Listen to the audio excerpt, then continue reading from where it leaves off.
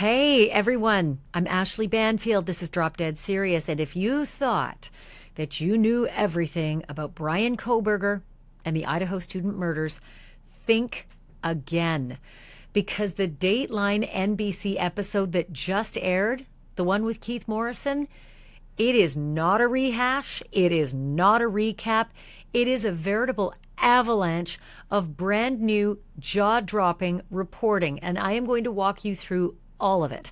And just FYI, this is not a full recap of the Dateline special, just the brand new details that stood out in the special, starting with something from the summer of 2022. NBC reports that right after Bryan Kohberger left Pennsylvania and moved into his new apartment at Washington State University, he was invited to a pool party by a neighbor. And that sounds normal enough. But according to a woman named Holly, who was also at that party, things got pretty weird pretty fast.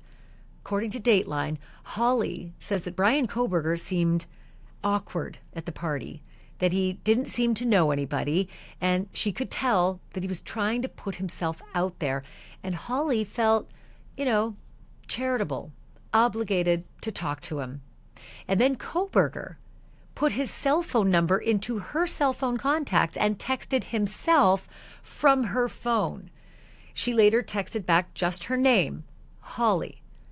At this same pool party, a witness says he saw Kohberger fixated on two women in bikinis. One of them was married and gave her husband one of those nonverbal signals like, "Rescue me." We all know them, right?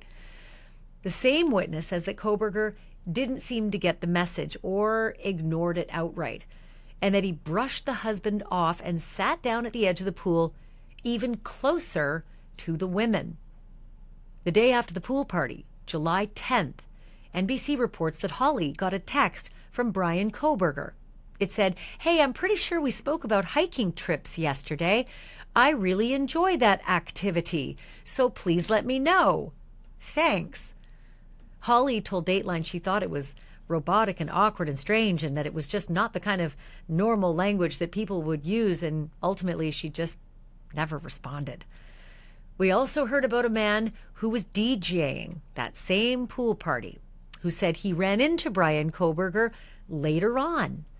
The DJ was with some friends when he saw Kohberger hiking on the Kamiok Butte, a popular trail about 15 miles outside of Pullman, Washington.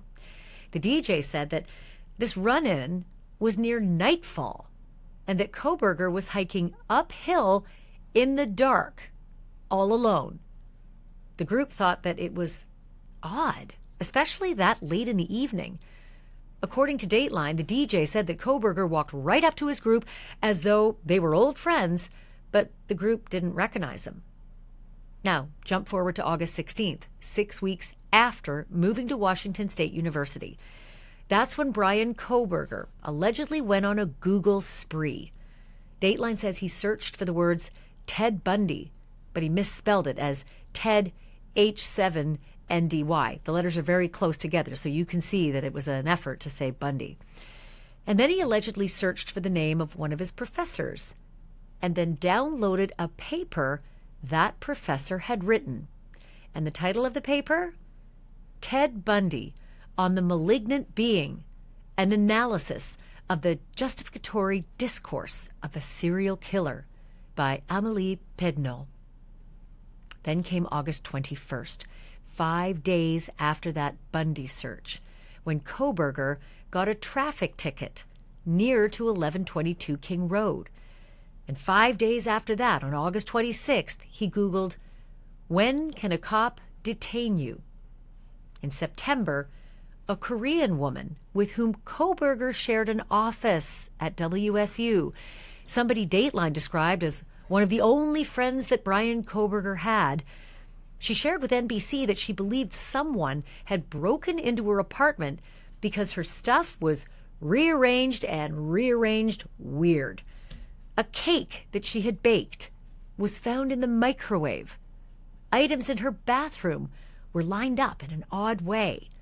And 2 of her things were missing, a watch and a letter. A letter.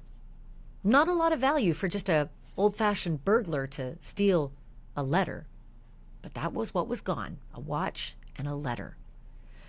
Later on, this same woman told the police that before that break-in had happened, she'd lost her apartment key. She said she kept the key in a specific drawer in her office, the same office that she shared with Bryan Kohberger.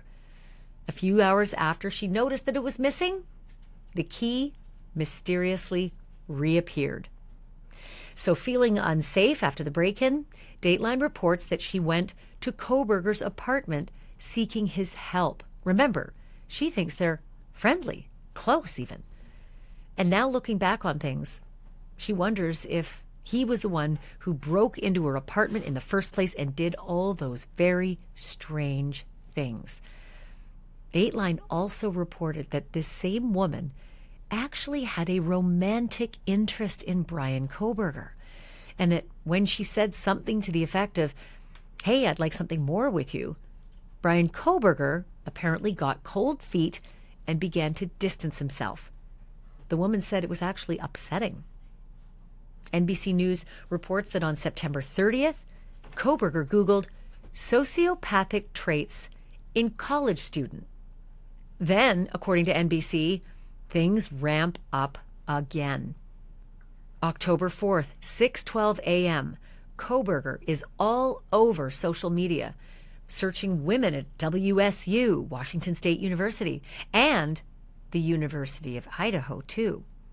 October 5th, 3:29 a.m., more searches of women. October 9th, 2:15 a.m., he Googles explicit terms related to pornography, like forced, passed out, drugged, sleeping.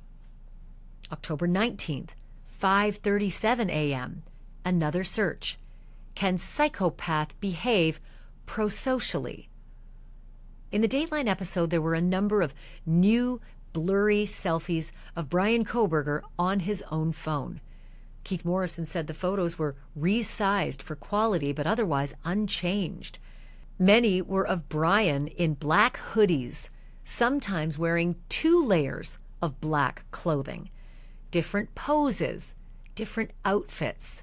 He also had screenshots of various Instagram profiles saved as pictures to his phone. The screenshots were photos of young women, blondes, brunettes, from both WSU and University of Idaho. According to Dateline, some of the people whose social media was saved onto Kohberger's phone were either close friends or social media followers of Maddie Mogan, Kaylee Gonzalez, and Xana Kernodle. One criminal profiler told Dateline that those images, quote, fueled his fantasies, and that ultimately, allegedly, filled his fantasies. And then on the night of the murders, November 13th, Dateline showed never-before-seen surveillance video that captured a white car making multiple passes in front of the house at 1122 King Road, all captured on camera at these times: 3:30 a.m., 3:33 a.m., 3:38 a.m., 3:40 a.m., 3:56 a.m., 3:58 a.m. And then at 4:20 a.m., the white car speeds away. In the footage, you can hear what seems to be the white car's engine revving up. Here's what else is new. At 6:17 a.m., not even 2 full hours after the white car was seen on surveillance, leaving 1122 King Road, Dateline reports that Bryan Kohberger makes a 36-minute phone call to a number on his father's family plan. And apparently every family member had a phone registered to Bryan Kohberger's dad. It was the first of three calls to numbers registered to his dad that morning. And the longest call, that lasted 54 minutes. And then, as we know, at 10:31 a.m., he takes that now infamous selfie in what looks like a bathroom, smiling, seemingly very pleased and seemingly freshly showered. Keith Morrison described that once police were called and arrived at 1122 King Road that morning, they found Xana Kernodle in a massive pool of blood. They found Ethan Chapin, according to NBC, dead in Xana's bed. And then there's what Dateline revealed about the crime scene itself. They say Xana may have heard something upstairs on the third floor and maybe even gone to check on Kaylee and Maddie up there.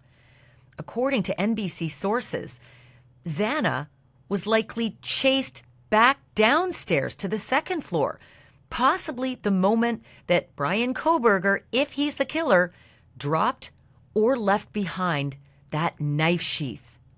The fight that followed in Xana's room, according to Dateline, was brutal. So brutal that investigators found a blood-stained chair, suggesting that the killer either sat down or brushed against it during the attack.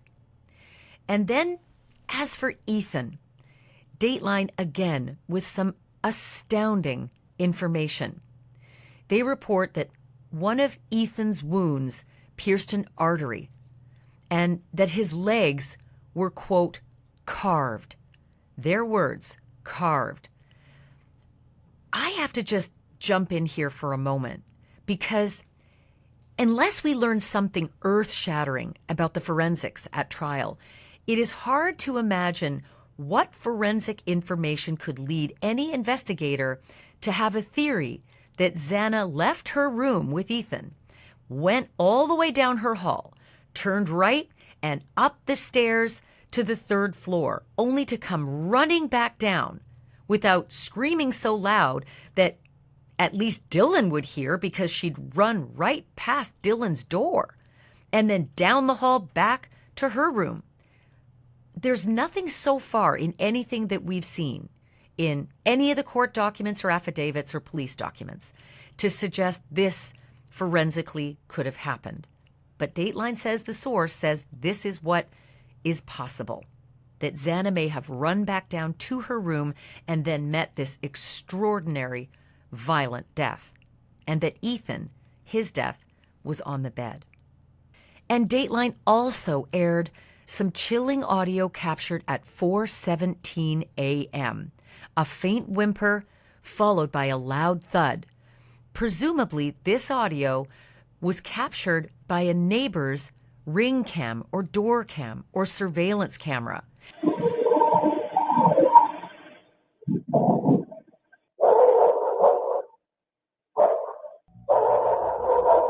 And we know that the neighbor off to the left of the King Road house, if you're looking out from the house, had such a surveillance system set up.